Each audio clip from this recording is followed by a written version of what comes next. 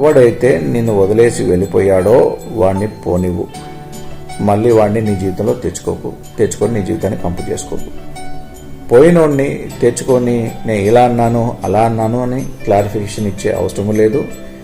నువ్వు కరెక్ట్ అని ప్రూవ్ చేసుకోవడానికి ప్రయత్నం చేయకు. వాడి కర్మ అని వదిలే. నీ జీవితంలో నువ్వు సక్సెస్ఫుల్ అవ్వాలి అని అంటే నీ చుట్టూ ఉన్న నెగిటివ్ పీపుల్, నీ చుట్టూ ఉన్న నెగిటివ్ అట్మాస్ఫియర్, నీలో ఉన్న అలవాట్లన్నీ మార్చుకుంటేనే నువ్వు సక్సెస్ఫుల్ అవుతావు. ఒక రాకెట్ పైకి వెళ్తున్నప్పుడు తన చుట్టూ ఉన్న లోడ్స్ని వదులుకుంటా పోతుంది.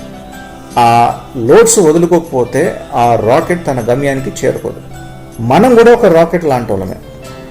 మన చుట్టూ ఉన్న నెగిటివ్ పీపుల్, మన చుట్టూ ఉన్న నెగిటివ్ సొసైటీ, వాళ్ళని పోనివ్వు. మళ్ళీ వాళ్ళని తెచ్చుకోకు. నీ జీవితాన్ని పాడు చేసుకోకు. ఏదైనా క్లారిఫికేషన్ ఇవ్వాలి అని అనుకుంటే నువ్వు క్లారిఫికేషన్ ఇవ్వు. నీలో క్లారిటీ ఉంటే నువ్వు గమ్యానికి చేరుతావు, నువ్వు సక్సెస్ఫుల్ అవుతావు. నీలో క్లారిటీ లేకపోతే పోయినోడిని మళ్ళీ తెచ్చుకుంటావు, నీ జీవితాన్ని కంపు చేసుకుంటావు. Choice is yours.